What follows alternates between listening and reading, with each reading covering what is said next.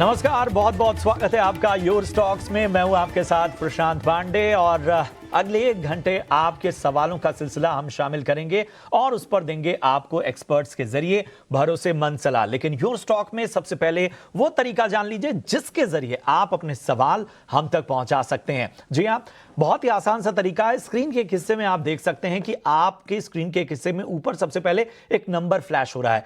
इस नंबर पर व्हाट्सएप के जरिए, कॉल के जरिए आप अपने सवाल, अपनी शंकाएं हम तक पहुंचा सकते हैं। इसके अलावा अगर आप सोशल मीडिया पर एक्टिव हैं तो सोशल मीडिया पर भी, चाहे फेसबुक हो, इंस्टाग्राम हो, चाहे एक्स हो, यहां पर आप अपने सवाल पोस्ट कर सकते हैं और हम आपके तमाम सवालों को अपने शो में शामिल करेंगे।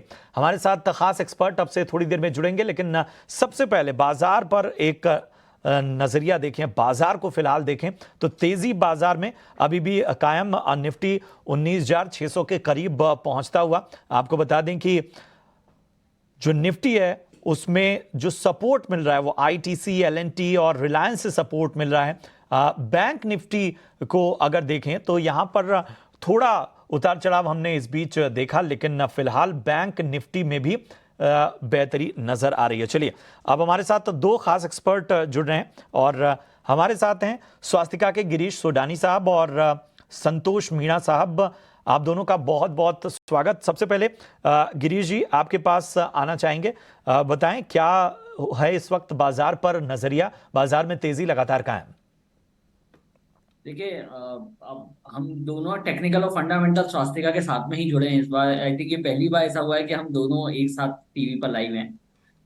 जैसा कि बाजार में अगर नॉर्मल टर्म्स पे भी बात करें तो 19,600 का जो लेवल है वो बहुत स्ट्रॉन्ग हर्डल है। जब तक इसकी क्लोजिंग के ऊपर क्रॉस नहीं हो जाता, एक थोड़ा सा मोमेंटम जो तेजी का हमें लग रहा है वो बनना थोड़ा सा मुश्किल लगता है मुझे। तो 19,600 का लेवल ही नजर में रहेगा। Apart from that stock oriented ही है, जो मैं ऑलरेडी पिछले 3-4 सेशंस में बात भी कर रहा हूँ कि स्टॉक ओरिएंटेड ही चलने वाला था बाजार, वही मूव कर रहा है। हालांकि पीएसयूज ने जिस तरीके की रैली दिखाई है, स्पेशली रेलवे सेक्टर हो गया है, apart from that real estate हो गया है, तो उनकी रैली की वजह से बाजार में एक बहुत अच्छी स्ट्रेंथ आ गई है और ये स्ट्रेंथ आगे भी कायम रहेगी क्योंकि अगले 3 महीने से 6 महीने का फेस्टिवल सीजन।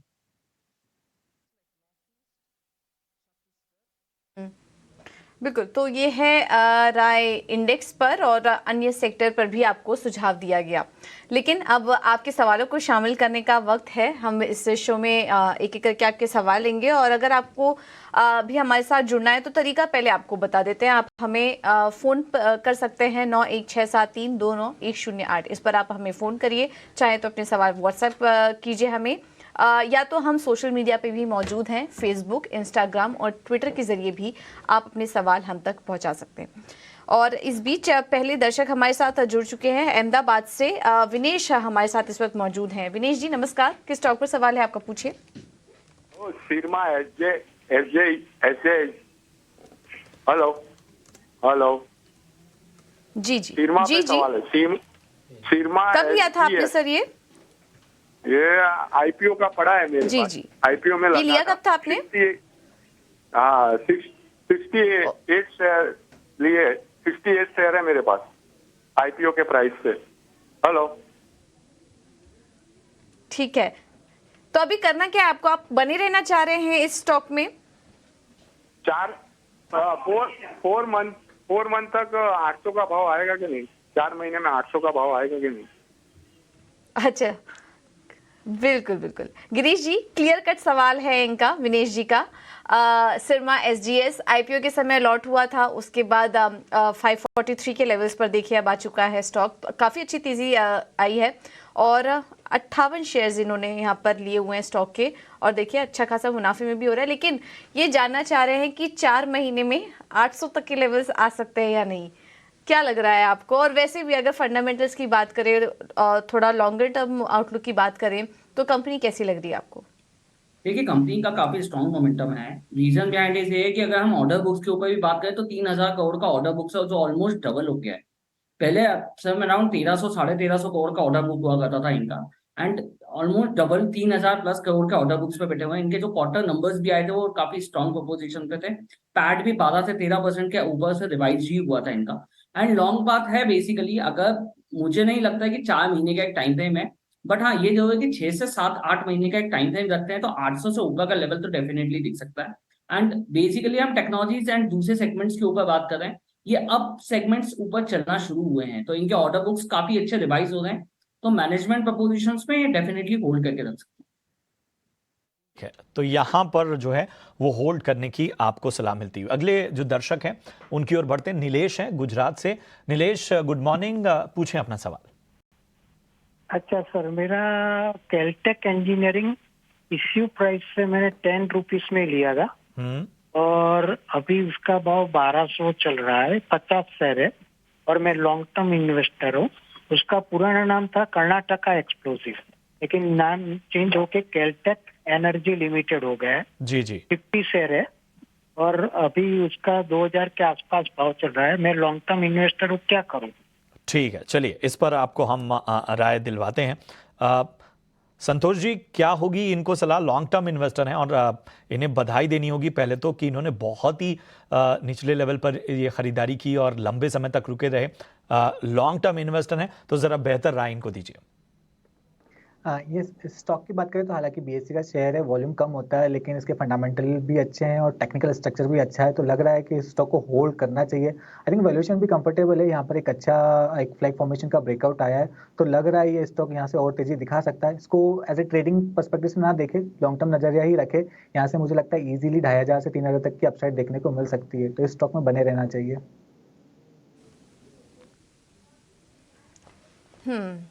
195 करोड़ का मार्केट कैप है इसका और जैसा कि अभी संतोष बताए थे ज़्यादा लिक्विडिटी नहीं है, लेकिन जितना ट्रैक संतोष कर पा रहे हैं इस स्टॉक को फिलहाल होल्ड करिए, लेकिन बीच बीच में रिव्यू ज़रूर करती रहिए क्योंकि मार्केट कैप कम है, लिक्विडिटी भी कम है, तो प्राइस एक्शन दोनों तरफ का आपको देखने को मिल सकता है। तो संभल के ऐसे कंपनियों में ट्रेड करने की राय आपको दी जा रही है। चलिए अब आगे बढ़ेंगे और वक्त है हमारे अगले सेगमेंट का, ऑप्शन के चैंपियंस।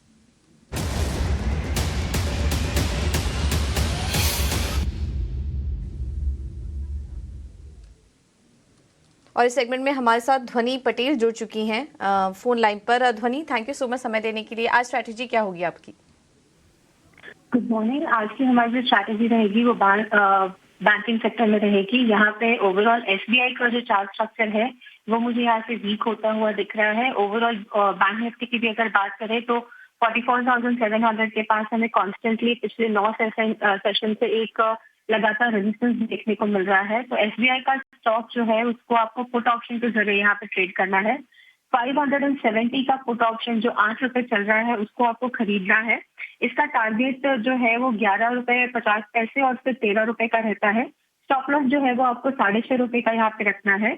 लॉट साइज इसकी 1500 है, तो आपका जो यहाँ पे अधिकतम मुनाफा होता है सेकंड टारगेट अचीव होने पे वो 7,500 का रहेगा और आपका जो नुकसान यहाँ पे रहेगा वो 2250 तक का रह सकता है।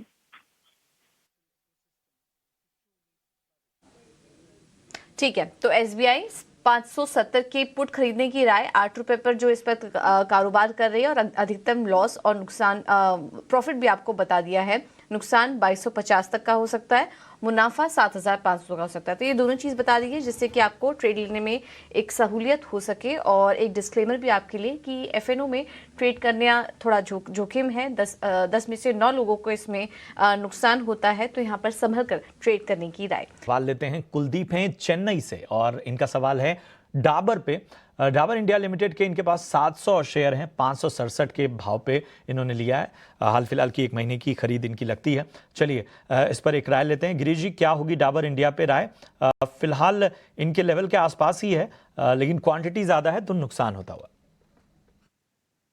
देखिए, डाबर बेसिकली एक ऐसे एफएमसीजी प्रोडक्ट है या कंपनी है जो बहुत ज्यादा रूट्स नहीं कर पाई, बट अब इनके जो नए प्रोडक्ट लॉन्च हैं या जो इनका नया एक्सपांशन मोड चल रहा है उस वजह से कंपनीज काफी अच्छी अपॉर्चुनिटीज में है कि काफी एक्सपांशन चल रहे हैं। अप्रोक्सीमेटली 23 से 24 सिटीज का एक्सपांशन अनाउंस कर रखा है कंपनी ने। तो लास्ट मैनेजमेंट कमेंट्री भी आई थी, उसमें भी 2400 करोड़ रुपए का कैपेक्स प्लान दे रखा था मैनेजमेंट ने। तो ओवरऑल स्ट्रक्चर काफी स्ट्रॉन्ग है, तो इनको होल्ड करना चाहिए। बट मेरी सलाह यही होगी कि ये होल्ड बेसिकली एक शॉर्ट टर्म मतलब 3 से 4 महीने के लिए करें। इसका जो स्टॉप लॉस ये मेंटेन करें वो 510 का रखें। आगे के लिए मुझे 650 से लेकर 700 का एक रेंज दिखाई देता है, इसके लिए टारगेट के लिए होल्ड करके चलते हैं। बट 3 महीने का एटलीस्ट इनको टाइम फ्रेम लेना पड़ेगा। ओके, तो ये है व्यू डाबर पर होल्ड करने की राय आपके लिए। अगले दर्शक को शामिल करते हैं। दिल्ली से हमारे साथ आदेश जुड़े हैं। आदेश जी नमस्कार, किस स्टॉक पर सवाल है आपका, पूछिए। हाँ नमस्कार। मैंने एक तो पहला हाईपीएस्ट माइंड का है मेरा क्वेश्चन। मैंने 1400 के भाव से 50 शेयर खरीदे हैं, तो क्या ये 1400 का भाव आ सकता है? ओके, ठीक है। और कोई सवाल है आपका? हाँ, दूसरा है आईटीसी हमने 348 में लिया है 150 शेयर, तो इसमें क्या करें? ठीक है। हैप्पीएस्ट माइंड में तो आपको नुकसान हो रहा है थोड़ा, लेकिन आईटीसी में आप अभी मुनाफे में हैं। और हैप्पीएस्ट माइंड भी आदेश जी आपने थोड़ा ऊपरी लेवल पर ले लिया था। बहरहाल इसमें इन दोनों स्टॉक्स पे आपको राय दिलवा देते हैं। पहले तो आईटीसी पर एक बार ले लेते हैं क्योंकि यहाँ पर प्रॉफिट है आपको इस वक्त। गिरीश जी आप सजेस्ट करिए। फंडामेंटली तो कोई दिक्कत नहीं है, अच्छी है, बड़ी एफएमसीजी कंपनी है, बट अभी जो मुनाफा हो रहा है वो लेकर निकल जाना चाहिए इन्हें, या फिर होल्ड कर सकते हैं ना? तो और कितनी तेजी इस स्टॉक में दिख सकती है अगर शॉर्ट से मीडियम टर्म की बात करें तो? देखिए, अगर मीडियम टर्म की बात करें तो आईटीसी को होल्ड करना चाहिए। 1500 करोड़ रुपए का ऑलरेडी एक प्लान सेटअप कर चुके हैं फूड मैन्युफैक्चरिंग को लेके आईटीसी, एंड स्ट्रॉन्ग मोमेंटम भी है। रिसेंटली डाइवर्सिफाइड करा है अपना होटल बिजनेस, तो आईटीसी प्योरली या मोस्टली एफएमसीजी के अंदर ज्यादा कॉन्सेंट्रेट कर रहा है, तो इसको होल्ड करके रखें। जहां तक मेरी लेवल है कि 3 से 6 महीने के टाइम फ्रेम में, क्योंकि फेस्टिवल सीजन भी है और जिस तरीके के इनके एक्सपांशन है वो फेस्टिवल को कैटर जरूर करेंगे। तो यहाँ से 490 से लेकर 550 तक का एक लेवल जरूर दिखाई देता है आईटीसी को लेकर, तो एटलीस्ट यहाँ पे होल्ड करके। ओके, तो आईटीसी को होल्ड कर सकते हैं आप मीडियम टर्म के लिए, कोई दिक्कत नहीं है। थोड़ा बहुत महंगाई का इम्पैक्ट जरूर पड़ता दिखेगा एफएमसीजी स्टॉक्स में, जो कि हम देख भी रहे हैं, लेकिन कंपनी में कोई दिक्कत नहीं है, तो आप चाहें तो बने रह सकते हैं स्टॉक में और तेजी के लिए। अगला सवाल इनका हैप्पीएस्ट माइंड पर था और ये इन्होंने थोड़ा ऊपरी लेवल पर ले लिया 1400 पर, उसके बाद स्टॉक नीचे भी आया है, हालांकि 900 के आसपास अभी कारोबार कर रहा है। संतोष जी क्या सजेस्ट करेंगे हैप्पीएस्ट माइंड में? और ये वापस से वही उन्हीं लेवल्स का वेट कर रहे हैं। चार्ट्स पर क्या कोई उछाल, कोई रिकवरी आपको दिखाई दे रही है? यस, हैप्पीएस्ट माइंड की बात करें तो स्टॉक क्वालिटी वाइज बहुत अच्छा है। थोड़ा वैल्यूएशन महंगे थे इसलिए इसने मिड कैप आईटी की जो रैली थी उसमें पार्टिसिपेट नहीं किया, बट अब जो रिस्क रिवॉर्ड है इस लेवल पर काफी फेवरेबल है। जो 800 का लेवल है बहुत ही स्ट्रॉन्ग बेस है, तो इनका जो 1400 का लेवल जो बोल रहे हैं वो डेफिनेटली आएगा, थोड़ा सा टाइम लगेगा, लेकिन स्टॉक में वो लेवल देखने को मिल सकता है, तो होल्ड कर सकते हैं। और मुझे लगता है अगर यहाँ पे थोड़ा बहुत कुछ नई पोजीशन भी ऐड करना चाहे तो कर सकते हैं, क्योंकि 800 स्ट्रॉन्ग बेस है। स्टॉक जैसे ही 1050 1100 का जो जोन है वो क्रॉस करेगा 1450 1500 तक जा सकता है। थोड़ा टाइम लेगा लेकिन स्टॉक डेफिनेटली उन लेवल्स तक जा सकता है। हैप्पीएस्ट माइंड पर आपको राय। और फिलहाल सवालों के सिलसिले को यहां रोकेंगे क्योंकि ईटी नाउ स्वदेश की खास कवरेज जारी है G20 समिट को लेकर। जी हां, G20 समिट के पल पल की ग्राउंड रिपोर्ट हम आपको दिखा रहे हैं, और जिस सड़क से अमेरिका के राष्ट्रपति गुजरेंगे उसको लेकर क्या इंतजाम है, क्या सुरक्षा के बंदोबस्त हैं, देखिए हमारे संवाददाता समीर दीक्षित की ये ग्राउंड रिपोर्ट। देश तैयार है पहला ग्लोबल लीडर्स समिट G20 को होस्ट करने के लिए। दिल्ली को पूरी तरीके से सजाया गया है। इस वक्त हम मौजूद हैं एसपी मार्ग दिल्ली में। यहाँ पर आप देखें तो पूरी रोड को किस तरीके से सजावट यहाँ पर की गई है। इस तरीके से बड़े बड़े पोस्टर लगाए गए हैं, जो भारत की हाल के समय में जो बड़ी उपलब्धता रही है, खासकर कोविड के टाइम जिस तरीके से कोविड वैक्सीन न सिर्फ 140 करोड़ देशवासियों को पहुंचाई गई, बल्कि दुनिया में जिनको ज़रूरत थी उन देशों को भी वैक्सीन दी गई। यही नहीं, जो यूपीआई पेमेंट यानी कि डिजिटल पेमेंट की जो सक्सेस स्टोरी है उसको भी यहाँ पे प्रदर्शित किया गया है। क्लाइमेट चेंज के लिए भारत का जो रुख है उसको भी यहाँ पर दिखाया गया। इस तरीके से पोस्टर के जरिए भारत की जो अब तक की सफलता है उसको यहाँ पर इन पोस्टर के जरिए दिखाया गया है। अतिथि देवो भव का जो भाव है उसके लिए आप देखें तो पूरी साज सजावट की गई है, और अतिथियों को यानी कि जो ग्लोबल लीडर्स देश में आएंगे उनको एहसास होगा कि उनका स्वागत किया जा रहा है। यही नहीं, जो 5 सितारा होटल जहां पे ग्लोबल लीडर्स ठहरेंगे उसको भी पूरी तरीके से तैयार कर लिया गया है। मसलन इस वक्त आप आईटीसी मौर्या को देखें तो यहाँ पर अमेरिकी राष्ट्रपति जो बाइडेन ठहरेंगे, और यहाँ पर होटल को भी किस तरीके से सजाया गया है। ठीक सामने G20 की इस तरीके की पूरी बैनर यहाँ पर लगाया गया है। सुरक्षा व्यवस्था बहुत कड़ी कर दी गई है। यहाँ पर पैरामिलिट्री कमांडोज के अलावा जो एनएसजी कमांडोज हैं उनकी भी तैनाती चप्पे चप्पे पे की गई है। दिल्ली पुलिस के साथ कोऑर्डिनेशन में हो करके पूरे दिल्ली एनसीआर में जहां पर भी ग्लोबल लीडर्स ठहरेंगे, यानी कि पूरा ये जो समिट है इसके आयोजन में कहीं कोई चूक ना हो, ये इसके लिए तैनाती की गई है। तो जो जहां तक रही डेलीगेशंस के ठहरने की बात, तो दिल्ली एनसीआर के 24 से ज़्यादा ऐसे बड़े होटल हैं जहां पे ये लोग ठहरेंगे। मसलन आईटीसी मौर्या में अमेरिकी राष्ट्रपति ठहरेंगे, जबकि चाइनीज़ डेलीगेशन इसके ठीक बगल में जो ताज पैलेस होटल है वहां पर ठहरेंगे। जो यूके प्राइम मिनिस्टर है ऋषि सुनक, वो शंग्रीला में ठहरेंगे। जस्टिन ट्रूडो जो कि कनाडा के हैं वो ललित होटल में ठहरेंगे। ऐसे पूरी सूची बनी हुई है जो मुल्क है जिनके डेलीगेशंस आ रहे हैं वो कहाँ ठहरेंगे, और उस हिसाब से सुरक्षा व्यवस्था भी चाक चौबंद की गई है। तो G20 के लिए देश तैयार है। 8 और 9 और 10 तारीख यानी कि 2 दिन जब ये G20 समिट होगा तो जाहिर तौर पे दुनिया भर की निगाहें दिल्ली पर टिकी रहेंगी। तो ये है G20 को लेकर खास तैयारियां। चलिए आगे बढ़ते हैं। और विष्णु प्रकाश पुंगलिया जो एक कंपनी है जिसका आईपीओ आज लिस्ट हुआ है, बहुत ही शानदार रिटर्न मिले हैं इन्वेस्टर्स को जिन्होंने पार्टिसिपेट किया था। उनके मैनेजमेंट हमारे साथ जुड़ रहे हैं, मनोहर लाल पुंगलिया और सीएफओ सरफराज अहमद। जेंटलमैन, आप दोनों का बहुत बहुत स्वागत है। बहुत ही शानदार लिस्टिंग हुई है और धन्यवाद सर। धन्यवाद सर। जी मनोहर जी, मैं आपको खास तौर पे दाद देना चाहूँगा। आप इटिना स्वदेश से बात कर रहे हैं, आप एक शानदार स्वदेशी कंपनी है और इस बात का एकदम खास चिन्ह हमें मिल रहा है कि आपने अपने जयपुर के साफा पहन के आपका पूरा मैनेजमेंट लिस्टिंग पे आया था।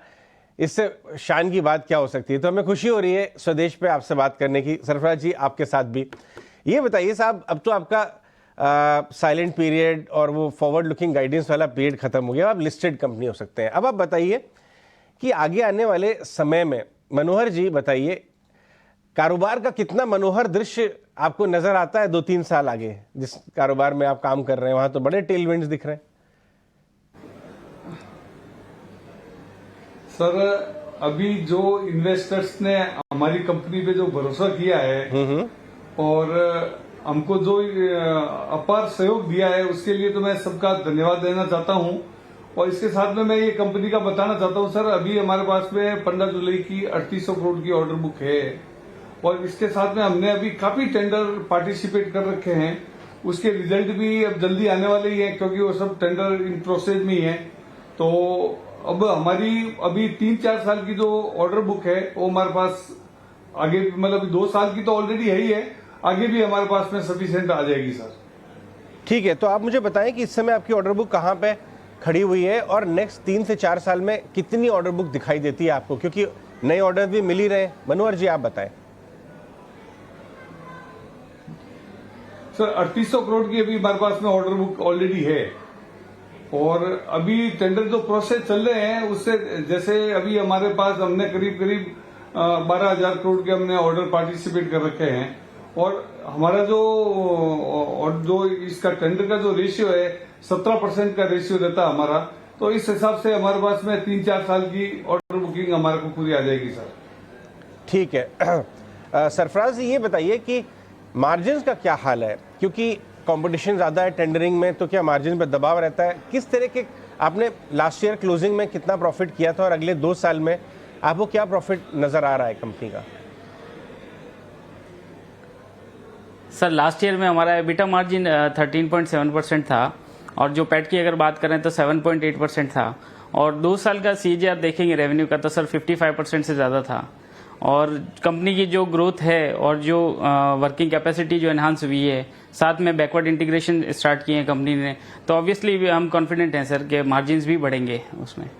50% आपकी टॉप लाइन ग्रोथ की विजिबिलिटी आप दे रहे हैं व्यूअर्स को और साथ में जो 13.7% आपने मार्जिन किए थे उसमें एक अपवर्ड बायस है क्योंकि आप बैकवर्ड इंटीग्रेट कर रहे हैं। कहाँ तक ले जा सकते हैं आप अपने मार्जिन को? 15%, 16%, कहाँ तक आपको लगता है कि पॉसिबल है ले जाना?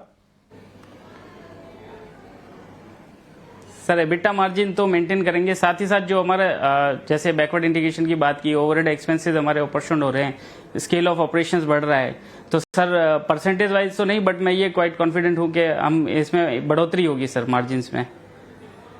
आप अभी नंबर नहीं देना चाहते हैं, बट मार्जिन में बढ़ोतरी और 50% से ऊपर की टॉप लाइन ग्रोथ आपको नजर आ रही है, लेकिन आपकी कॉन्फिडेंट मुस्कुराहट काफी कुछ बयां कर दे रही है। बहुत बढ़िया। मनोहर जी, ये बताइए आगे आने वाले देखिए कॉन्ट्रैक्ट तो सारे सब तरफ आ रहे हैं। रोड में ज़बरदस्त काम हो रहा है, रोड कंस्ट्रक्शन में हो रहा है, वाटर में हो रहा है।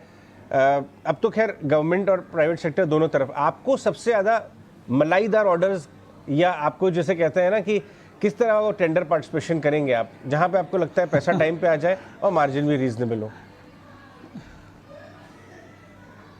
सर अभी जो गवर्नमेंट का फोकस है, सेंट्रल गवर्नमेंट हो भले स्टेट गवर्नमेंट का है, जैसे भले वाटर सप्लाई हो, रेलवे हो, रोड वर्क हो, इरिगेशन हो, सब में अच्छा फोकस है और टाइम पे पैसा भी आ जाता है।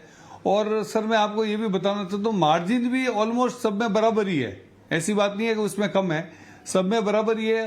इतने सारे काम निकल रहे हैं कि काम करने वाले की कैपेसिटी चाहिए, तो इसलिए कोई इतना कंपटीशन भी नहीं है, क्योंकि हेल्दी कंपटीशन है और काम करने वाले भी खूब है और काम भी बहुत जबरदस्त है, तो इसलिए इतनी दिक्कत नहीं है और आराम से काम भी हो जाता है। और हम जो हमारा मार्जिन है हम इसको मेंटेन तो करेंगे ही करेंगे और भगवान ने चाहा तो हम अच्छा ग्रोथ ही करेंगे इसमें। ठीक है मनोहर जी, बहुत अच्छी बात है जी, आपने सही बात कही। आपने भी, हमने यहाँ स्वदेश पे करीब 6 महीने पहले ये बात बताई थी व्यूअर्स को कि कहीं ना कहीं बहुत सालों के बाद ठेकेदारी का जो बिजनेस है, जो बहुत ज़्यादा नई वैल्यू समझते थे लोग, एक तो वहाँ मार्जिन बढ़ने लगे हैं, टाइम पे पैसा आने लगा है और अच्छे ठेकेदारों की कमी हो गई है देश में, जो टाइम से अपने प्रोजेक्ट्स को खत्म करें और इम्प्लीमेंट करें। बिल्कुल सर। तो यही बात आप मेरे हिसाब से रिपीट करते हुए, मुझे याद नहीं आ रहा है लास्ट साइकिल में 5-6% के ऊपर लोग कमाने नहीं देते थे ठेकेदारों को। आप 14% मार्जिन की बात कर रहे हैं और ये भी कह रहे हैं कि इसमें भी अपवर्ड बायस है, हो सकता है यहाँ से ठीक हो जाए बैकवर्ड इंटीग्रेशन की वजह से। और 4,000 करोड़ की ऑर्डर बुक है, 10-12 हज़ार करोड़ के आपके पास ऑर्डर्स में आप पार्टिसिपेट कर रहे हैं, 20-25% भी मिला तो 6-7 हज़ार 8 हज़ार की विजिबिलिटी 3-4 साल की आपके ऑर्डर बुक्स की है। शुक्रिया मनोहर जी और सरफराज जी हमारे साथ जुड़ने के लिए। आपका क्वार्टरली रिजल्ट आएगा, फिर वापस मुलाकात होगी। अब आपकी एक रिलेशनशिप ईटी नाउ परिवार से, ईटी नाउ स्वदेश से हो रही है, तो मैं आपको दोबारा से एक बार बधाई देना चाहूँगा। आपने वैल्यू छोड़ी थी टेबल पे, देखिए 50-60% इन्वेस्टर्स का बना, आपको गुडविल मिली और यही आप भरोसा इन्वेस्टर्स का आगे लेके भी चलें। बहुत बहुत शुक्रिया अपने समय के लिए। प्रशांत, 2-3 बहुत इंपॉर्टेंट पॉइंट्स हैं। 50% टॉपलाइन ग्रोथ की विजिबिलिटी है 3 साल आगे, 14% के करीब मार्जिन है, लेकिन कह रहे हैं कि 2-3 साल में बढ़ सकता है मार्जिन, और ऑर्डर बुक्स की कमी, ऑर्डर्स की कमी नहीं है, हम ठीक से काम कर ले वही बड़ी बात है। ये एक अच्छी चीज़ है, अच्छी वैल्यू छोड़ी उन्होंने टेबल पे, इन्वेस्टर का पैसा बना, यहाँ से फॉलोअप बाइंग देखना आती है नहीं। बिल्कुल, और वाकई जिस तरह से आपने इसको बड़ा सिंप्लीफाई करके बताया कि वो किस किस कारोबार में और किस तरह से, कई बार जो आम निवेशक होते हैं उनकी दिलचस्पी इसी आसानी में होती है, और इस वजह से तो ढेर सारी शुभकामनाएं विष्णु आर पुंगलिया के मैनेजमेंट को, उनकी पूरी टीम को। चलिए बढ़ते हैं आगे, एक बार फिर सवालों के सिलसिले को शुरू करते हैं। सुनील जैन है पुणे महाराष्ट्र से, और इंस्टाग्राम के जरिए इन्होंने सवाल हम तक पहुंचाया है। इंडिया बुल्स हाउसिंग फाइनेंस के इनके पास 500 शेयर हैं, 100 रुपए के भाव पे इन्होंने लिया हुआ है, अच्छे लेवल पे एंट्री की है, तो इस वक्त डबल हो चुका है स्टॉक और अच्छा मुनाफा इन्हें होता हुआ। चलिए गिरीश जी बताएं क्या करना चाहिए, इंडिया बुल्स हाउसिंग में बने रहें या मुनाफा बटोर लें? बेसिकली ऑलरेडी हम देख रहे हैं कि रियल एस्टेट सेगमेंट्स और हाउसिंग डेवलपमेंट जो भी कंपनीज हैं उसमें काफी अच्छी ग्रोथ दिखी है इन 5 से 6 सेशंस में स्पेशली। बट मेरा सजेशन ये होगा कि यहाँ से एटलीस्ट 25-30% का प्रॉफिट बुक कर लें, क्योंकि हम देखते हैं कि इसमें काफी वॉलेटिलिटी बनी रहती है इस स्टॉक के अंदर। तो मैं स्टॉक स्पेसिफिक का सजेशन है ये मेरा कि यहाँ से 25-30% का प्रॉफिट बुक करें, कि स्टॉप लॉस मेंटेन करें 170 का, और उससे फिर आगे जो अपनी बची हुई पोजीशन है उसको होल्ड करें। ठीक है, तो ये है view India bulls housing finance पर। चलिए अगला सवाल ले लेते हैं, और ये व्हाट्सएप पर हमें आया है झारखंड से प्रदीप कुमार जी का।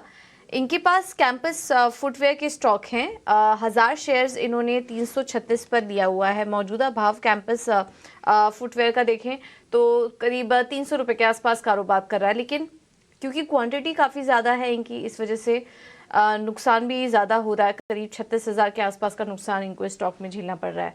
संतोष जी क्या सजेस्ट करेंगे, कैंपस एक्टिव वेयर में कुछ स्टॉप लॉस लगाने की राय देंगे इन्हें? यस, कैंपस की बात करें तो ये स्टॉक एक बहुत ही हेल्दी करेक्शन दिखा चुका है और अपनी लिस्टिंग प्राइस के भी नीचे आ चुका है। अब इस लेवल पे हालांकि रिस्क रिवॉर्ड फेवरेबल है स्टॉक का, अब तो यहाँ पर एग्जिट नहीं करना चाहिए, वेट करना चाहिए। स्टॉक कंपनी अच्छी है, फंडामेंटली टेक्निकली आप लेवल्स नहीं देख सकते कि रिसेंटली लिस्टेड कंपनी है, लेकिन फंडामेंटली कंपनी अच्छी है, बहुत करेक्ट हो चुकी है। थोड़ा सा वेट कीजिए, पेशेंस रखिए, हो सकता है थोड़ा और टाइम स्पेंड करे 300 रुपीज़ के लेवल के आसपास, लेकिन जैसे ही मोमेंटम पकड़ता है स्टॉक 320 340 के ऊपर निकलता है तो लगता है कि स्टॉक ऊपर में फिर शायद आपको 400 420 तक के लेवल दिखा सकता है, तो होल्ड रखिए, बट थोड़ा सा पेशेंस रखना पड़ेगा आपको। ठीक है, तो यहां पर थोड़ा सा आपको धैर्य दिखाना होगा स्टॉक को लेके। चलिए बढ़ते हैं आगे। रवि हैं बिहार से हमारे साथ इस वक्त कॉल पर जुड़े हैं। रवि नमस्कार, पूछें अपना सवाल। नमस्कार सर। सर मेरे पास ग्रेव्स कॉटन के 1000 शेयर हैं सर, 136 की बाइंग है। तो जानना चाहते हैं कि ये अभी हम मैं इसको 2-3 महीने के लिए रख सकता हूँ सर, तो ये कितने तक जाने का इसका उम्मीद रहेगा सर? ठीक है, ठीक है, ठीक है। अच्छे लेवल पे एंट्री की है आपने। 2-3 महीने का नजरिया आगे आप चाहते हैं। गिरीश जी 2-3 महीने के लिए ग्रीव्स कॉटन पर राय दीजिए। देखिए मोमेंटम तो ऑलरेडी स्ट्रांग है, क्योंकि हम देख रहे हैं कि जितने भी गारमेंट्स और कॉटन इंडस्ट्रीज हैं वो रिसेंटली ही मूव करना शुरू करे हैं। तो बहुत ज्यादा अपसाइड्स तो एक्सपेक्टेशंस नहीं है, बट हाँ मेरा सजेशन ये रहेगा कि 130 का एक स्टॉप लॉस मेंटेन कर लें। ये होल्डिंग का एक स्ट्रांग सपोर्ट जोन है 130 से 132 के रेंज का, तो ये स्टॉप लॉस मेंटेन करें एंड 175 तक के टारगेट्स के लिए मेजर करके होल्ड करें। ठीक है, तो ये है राइट ग्रीव्स कॉटन पर। महाराष्ट्र चलते हैं, वहां से हमारे साथ अगले दर्शक जुड़े हैं। राम नमस्कार, किस स्टॉक पर सवाल है आपका, पूछिए। मैडम मेरा आरके फोरगेस में 120 शेयर है, तो मैं होल्ड करूं या फिर क्या करूं मैडम, बेच दूं?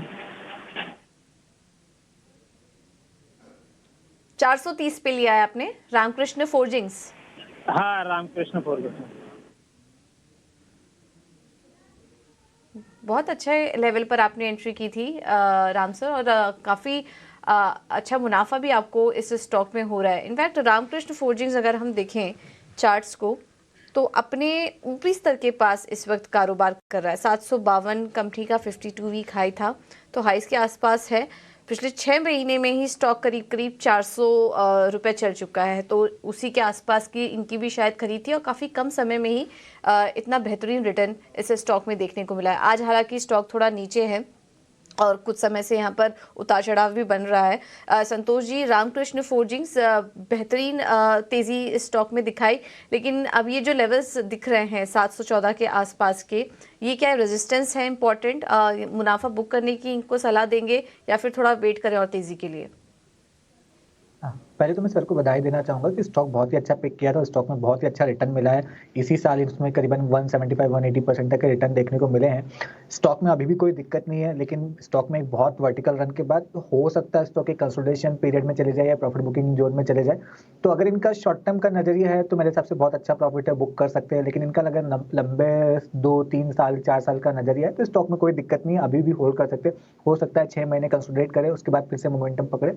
तो अगर आपका शॉर्ट टर्म का नजरिया है तो इस लेवल पे बुक कर ले, लॉन्ग टर्म आप रखना चाहे तो डेफिनेटली स्टॉक को होल्ड रख सकते हैं। बिल्कुल, तो यहां पर आपको एक बेहतर राय मिलती हुई। बढ़ते हैं आगे। कल्पना इस वक्त मुंबई से हमारे साथ जुड़ चुकी हैं। कल्पना गुड मॉर्निंग, पूछें अपना सवाल। गुड मॉर्निंग सर, मेरा सवाल अडानी विल्मर पे है जी, पूछें। 20 शेयर है मेरे पास, 711 पे लिया है, तो अभी मैं क्या करूं? लॉन्ग टर्म के लिए लिया था, तो एवरेज कर लूं? बिल्कुल, तो काफ़ी ऊपरी लेवल पे, और अडानी विल्मर को लेकर बहुत सारी क्वेरीज हमारे पास आती रहती हैं, बहुत सारे लोग इसमें फंसे हुए हैं। चलिए इस पर एक बेहतर राय गिरीश जी से लेते हैं। गिरीश जी, क्या करना चाहिए अडानी विल्मर में? 711 का भाव है, 350 पे फिलहाल स्टॉक इस वक्त ट्रेड कर रहा है। क्या करना चाहिए, एवरेज करें या फिर कोई बेहतर नजरिया बन रहा है? बेसिकली इतना हाई लेवल है कि एवरेज ही एक बेसिकली सजेस्ट करा जा सकता है, बट हाँ ये काफी लोअर लेवल्स पे आ चुका है। तो मेरा सजेशन ये रहेगा कि यहाँ से अगर थोड़ा सा नीचे 330 325 का एक रेंज मिलता है तो वहां पे एक एवरेज करें। काफी लो रिस्क मॉड्यूल रहेगा इसके अंदर, बट एवरेज भी जितना इन्होंने लिया है उतने का उतना ही करें, उससे ज्यादा एवरेज ना करें। तो वो एवरेज करके इनको एटलीस्ट 1 से सवा साल का होल्डिंग रखना पड़ेगा एक टाइम फ्रेम के लिए, क्योंकि जैसे कि हम जानते हैं कि अदानी ग्रुप में न्यूज ओरिएंटेड काफी चीजें चलती हैं, तो उस सेंस में ये स्टॉक को थोड़ा टाइम लगेगा पिकअप करने में, बट एटलीस्ट यहाँ से नीचे के लेवल पे एवरेज कर लेंगे तो रिस्क थोड़ी सी कम हो जाएगी। ठीक है, तो ये है व्यू अदानी विल्मर पर। अगला सवाल ले लेते हैं। व्हाट्सएप पर पंजाब से हमें भेजा है मंगल जी ने। टाटा स्टील इनके पास है। इन्होंने 1000 शेयर्स लिए हुए हैं कंपनी के और 122 की इनकी खरीद है टाटा स्टील पर। मौजूदा भाव देखें इस वक्त तो टाटा स्टील 130 के आसपास कारोबार कर रहे हैं। इनकी खरीदारी के आसपास ही है और करीब 8000 के मुनाफे में भी हैं इस स्टॉक में। टाटा स्टील संतोष आप ही सजेस्ट करिए, हाल फिलहाल की खरीद लग रही है। कल के दिन तो मेटल शेयरों में अच्छी तेजी थी, लेकिन फिर से जब आज चाइना में के आंकड़े आए कमजोर और लोएस्ट पीएमआई रीडिंग्स देखने को मिली, आज फिर से मेटल शेयर्स उसके चलते आज कमजोरी के साथ कारोबार कर रहे हैं। तो अभी फिलहाल मुनाफा बुक करने की राय देंगे इन्हें? इस मेटल काउंटर्स की बात करें तो बहुत ज़्यादा न्यूज़ फ्लोज है, इनको वॉलिटिलिटी देखने को मिल रही है। इनमें कोई क्लियर डायरेक्शन नहीं है। हालांकि अभी नियर टर्म में एक अच्छे ब्रेकआउट आए most of the metal counters में, तो टेक्निकली स्पेस है ऊपर में 138 से 140 के लेवल तक जाने के लिए। तो आप अपना स्टॉप लॉस ट्रेल करते चलिए। नीचे अब जो इसने ब्रेकआउट लेवल दिया था 124 का, वो सपोर्ट का लेवल काम करेगा। तो जब तक उसके ऊपर है ये बने रह सकते हैं। 124 पे स्टॉप लॉस मेंटेन करे, उसके नीचे जाता है तो फिर एग्जिट कर देना चाहिए, क्योंकि अगर 124 मेंटेन करता है तो हमको 140 और शायद 150 तक की भी अपसाइड देखने को मिल सकती है अगर चाइना से कुछ फर्दर डेवलपमेंट होते हैं तो।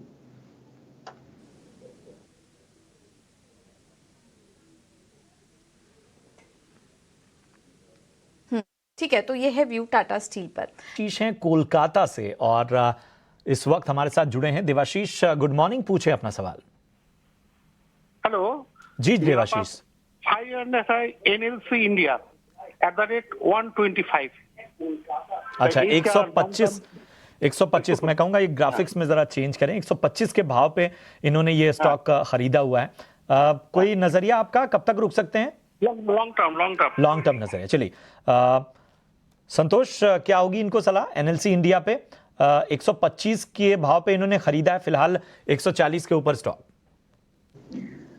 यस, इस स्टॉक में एक अच्छा मोमेंटम है, स्टॉक अच्छा चल चुका है, बट स्टिल अभी भी बुलिश व्यू ही है। हो सकता है 150 के आसपास थोड़ा सा रेजिस्टेंस फेस करे, लेकिन अगर इनका लॉन्ग टर्म व्यू है तो डेफिनेटली स्टॉक को होल्ड रखिए। ऊपर में जो इसके टारगेट आ रहे हैं 190 से 200 रुपीज तक के आ रहे हैं। कंपनी फंडामेंटली बहुत साउंड है और अभी वैसे भी सारे PSU स्टॉक्स बच कर रहे हैं और वैल्यूएशन भी कंफर्ट है। तो नीचे 120 एक मेजर सपोर्ट का काम करेगा, ऊपर में 150 का लेवल क्रॉस करता है 180 200 तक की अपसाइड हमको आने वाले समय में देखने को मिल सकती है।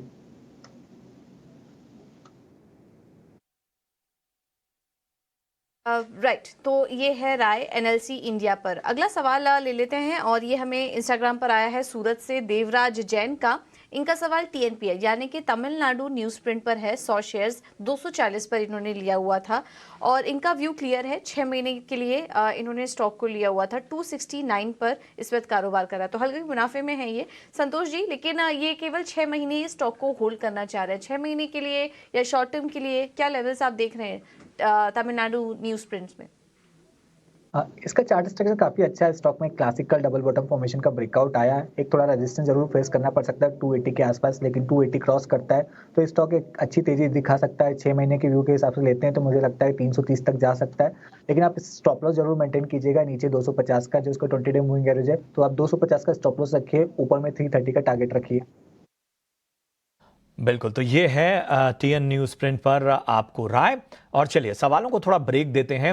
IRFC में जोरदार तेजी देखने को मिल रही है। कंपनी के लिए क्या नए ट्रिगर्स हैं और ब्रोकरेज की राय क्या है, हमारे सहयोगी सौमीत बता रहे हैं। IRFC स्टॉक पे आज हम इसलिए डिस्कशन कर रहे हैं क्योंकि अगर आप कल का ट्रेडेड शेयर्स देखेंगे एक्सचेंज पे, दोनों एक्सचेंजेस पे BSE और NSE पे, तो करीब 54 करोड़ शेयर्स थे। अब ये लगभग 30% है पब्लिक शेयर होल्डिंग का और 4% है टोटल इक्विटी का। ये टोटल ट्रेडेड शेयर्स था कल एक दिन का, दैट इज 54 करोड़। कल के जो वॉल्यूम्स थे वो 4 टाइम्स थे 20 डे एवरेज के सामने, और कल का जो मूव था स्टॉक का वो 20% अपर सर्किट पे स्टॉक लगा था, जो कि सबसे बड़ा मूव था कंपनी के लिए लिस्टिंग से लेके अब तक। अब इस कंपनी की लिस्टिंग हुई थी जनवरी 29, 2021 को। ईयर टू डेट बेसिस पे स्टॉक 100% से ज़्यादा गेन कर चुका है और 10% से ज़्यादा का मूव IRFC में सिर्फ 4 बार देखने को मिला है लिस्टिंग से लेके अब तक, और ये चारों बार जो 4 मूव जो हुए थे वो पिछले एक महीने में IRFC में हुए थे। अब अगर आप कंपनी की मार्केट कैप देखेंगे वो करीब 87,000 करोड़ के आसपास है और ये 3rd लार्जेस्ट NBFC है इंडिया में मार्केट कैपिटलाइजेशन के हिसाब से। In fact M&M finance, L&T finance, Poonawalla Fincorp, Shriram finance, इनसे भी बड़ी हो गई है IRFC आज के टाइम पे। अब ये कंपनी क्या करती करती है। ये मार्केट बोरोइंग आर्म है मिनिस्ट्री ऑफ रेलवेज की। करीब 40% of the total capital expenditure outlay जो था रेलवेज का FY17 से लेके 21 के आसपास, उसमें वो पूरा IRFC ने फाइनेंस किया था। अब लो रिस्क बिजनेस मॉडल है, क्योंकि ना कोई इंटरेस्ट रेट रिस्क है, क्रेडिट रिस्क है, या ना ही एसेट लायबिलिटी मिसमैच का कोई रिस्क है इस कंपनी में। अगर आप देखेंगे तो जो इंटरेस्ट और करेंसी रिस्क है वो पूरा पास ऑन कर देते हैं मिनिस्ट्री ऑफ रेलवेज पे, और कॉस्ट प्लस मॉडल है, और तो एक फिक्स स्प्रेड अर्न करती है कंपनी आगे चल के। और अगर आप देखेंगे तो 98% जो लेंडिंग है वो मिनिस्ट्री ऑफ रेलवेज को होता है, तो क्रेडिट रिस्क भी बहुत मिनिमल है IRFC में। बट काफ़ी सारे रिस्क है इस रैली में। अगर सबसे पहला रिस्क आप देखेंगे तो FY23 का जो डिसबर्समेंट था वो 46% लोअर था ऑन YOY बेसिस, और कंपनी ने क्लियरली ये कहा है कि FY24 के लिए उनके पास अभी तक कोई भी गाइडेंस नहीं मिला है मिनिस्ट्री ऑफ रेलवे से कि कितना फाइनेंसिंग वो कर सकते हैं IRFC से, क्योंकि अगर आप देखेंगे FY24 का जो कैपिटल आउटले था 2.4 लाख करोड़ का, वो पूरा ग्रॉस बजटरी सपोर्ट के थ्रू होगा। तो कितना फाइनेंसिंग IRFC की तरफ से आएगा उस पर कोई भी क्लैरिटी अब तक नहीं है। उसके अलावा अगर आप देखेंगे तो जो केपेक्स फाइनेंसिंग का ट्रेंड है वो कंटिन्यूसली गिरे जा रहा है। 46% था FY21 में, वो गिर के अब 19% हो गया था FY23 में। और सबसे बड़ा रिस्क जो है कंपनी को लेके वो ये है कि गवर्नमेंट अपना स्टेक डाइल्यूट करेगी आगे चल के, क्योंकि अगर आप देखेंगे तो गवर्नमेंट होल्डिंग अभी 83% पे है, और सेबी नॉर्म्स के हिसाब से जनवरी एंड 2024 तक गवर्नमेंट को अपनी होल्डिंग 75% पे इसको लानी होगी। तो एक गवर्नमेंट डाइल्यूशन का भी रिस्क आ जाता है IRFC पे। और वैल्यूएशन अगर आप देखेंगे तो 1.9 टाइम्स है प्राइस टू बुक, जबकि हिस्टोरिकल वैल्यूएशन इस कंपनी के 0.8 टाइम्स के आसपास थे। तो ये रहा IRFC पे हमारा एक डिटेल रिसर्च। तो बिल्कुल, तो IRFC में आज जो तेजी नजर आई उसके बारे में पूरा ब्यौरा दे रहे थे हमारे सहयोगी सौमित सरकार। बहुत बहुत शुक्रिया करेंगे सौमित। और चलिए जरा गिरीश जी, IRFC पे तो राय दीजिए ही। रेलवे स्टॉक्स में हम देख रहे हैं पिछले काफ़ी दिनों से तेज़ी नज़र आ रही है। RVNL में भी देखा हमने, इरकॉन में भी देखा। रेल इंफ्रास्ट्रक्चर जो है उस पर काफ़ी तेज़ी से काम हो रहा है। वंदे भारत जो प्रोजेक्ट है, ट्रेनें हैं, उन पर भी लगातार उनका दायरा बढ़ रहा है। बताएं क्या नज़रिया बन रहा है IRFC पे अभी? देखिए, स्टॉक क्योंकि बहुत स्पीडली तेजी में दिखाया है, अप्रोक्सीमेटली 50 से लेकर एक 73 का जो एक रेंज है वो बहुत स्ट्रांगली और बहुत ज्यादा जल्दी कवर अप कर लिया। हालांकि ये जरूर था कि न्यूज़ बेस्ड स्टॉक्स हैं सारे के सारे, गवर्नमेंट्स का फर्दरली अगर कोई पॉजिटिव मूव जाता है रेलवे के ऊपर तो ये सारे स्टॉक्स हमने चलते हुए देखे। बट ओवरऑल अगर देखा जाए तो गवर्नमेंट का जो अगले 5 साल का नजरिया है वो बहुत स्ट्रांग है। तो ऐसा नहीं है कि हम आज इसको यहाँ पे होल्ड करके देख सकते हैं। बट IRFC, RVNL या फिर इरकॉन, ये जो भी स्टॉक्स हैं, 3-4 स्टॉक्स जो हम रेलवे के अंदर फोकस करते हैं, ये इनके प्रपोजिशंस लॉन्ग टर्म्स के लिए काफी स्ट्रांग हैं, क्योंकि गवर्नमेंट के जो अगले 3 साल के प्लान हैं, नए रेलवे स्टेशन को लेकर भी, जो नए इनका इंफ्रास्ट्रक्चर डेवलपमेंट्स को लेकर भी, या फिर वंदे भारत ट्रेन को लेकर भी, एंड जो नए फर्दर पोर्ट्स डेवलप्स हो रहे हैं इनको लेकर, तो तीनों प्रोजेक्शंस पे अगर बात करें तो सारे स्टॉक बहुत स्ट्रांगली मोमेंटम में आते हैं। तो ओवरऑल स्ट्रक्चर काफी स्ट्रांग है। बट हाँ, अगर इन तीनों में से कोई एक स्टॉक मुझे चूज करना था तो मैं RVNL ही प्रेफर करूंगा, रेल विकास निगम लिमिटेड। तो वो उसका प्रोजेक्शंस मेरे लिए, क्योंकि एक तो सस्टेनेबल ग्रोथ भी है, ओवरऑल इंफ्रास्ट्रक्चर पूरा का पूरा रेडी कंडीशंस पे रखा हुआ है, एंड आगे की जो एक्सपेंशन प्लान्स आए गवर्नमेंट के, ये जो प्रोजेक्शंस अनाउंस करे हुए RVNL को लेके काफी सपोर्ट करते हैं। 175 से लेकर 190 का एक लेवल मुझे यहाँ से RVNL को लेकर डेफिनेटली दिख रही है। ओके, तो 190 तक के लेवल्स यहाँ पर RVNL के लिए। कल की तेजी आज भी कंटिन्यू होती हुई, और कल भी हमने देखा था कि काफ़ी सारे स्टॉक्स तो अपने लाइफ टाइम हाई पर कारोबार कर रहे थे, और आज भी देखिए वो तेज़ी कंटिन्यू हो रही है। एक के बाद एक ऑर्डर मिलने की भी खबर यहाँ पर निकल कर आ रही है। चलिए क्विकली एक बार बाजार पर नज़र डाल लेते हैं। और निफ्टी तो इस वक्त देखें तो अपने दिन के ऊपरी स्तर के पास कारोबार कर रहा है। हालांकि सपाटी है बट ऊपरी स्तर के पास ट्रेड कर रहा है। लेकिन उसके उलट बैंक निफ्टी में ट्रेडर बैंक निफ्टी में लाल निशान में इस पर ट्रेड कर रहा है, करीब 70 अंक नीचे। और ऐसे में जो ब्रॉडर इंडाइसेस हैं, मिड कैप और स्मॉल कैप, वहाँ से आज काफ़ी अच्छा कंट्रीब्यूशन है। सेक्टर स्पेसिफिक और स्टॉक स्पेसिफिक एक्शन आज काफ़ी अच्छा नज़र आ रहा है। अगर NSE एडवांस डिक्लाइन रेशियो देखेंगे तो हर एक गिरने वाले शेयर के सामने लगभग 2 स्टॉक्स ऐसे जो कि मजबूती के साथ आज कारोबार कर रहे हैं। तो ये है मार्केट का एक क्विक अपडेट। नज़र हमारी बनी रहेगी कि आगे बाजार की चाल किस तरफ जाती है। लेकिन चलिए फिलहाल इस शो में इतना ही। मुझे और प्रशांत को दीजिए इजाज़त, और आप दोनों ही एक्सपर्ट का भी बहुत बहुत धन्यवाद आज समय देने के लिए, तमाम स्टॉक्स पर अपनी रणनीति बताने के लिए।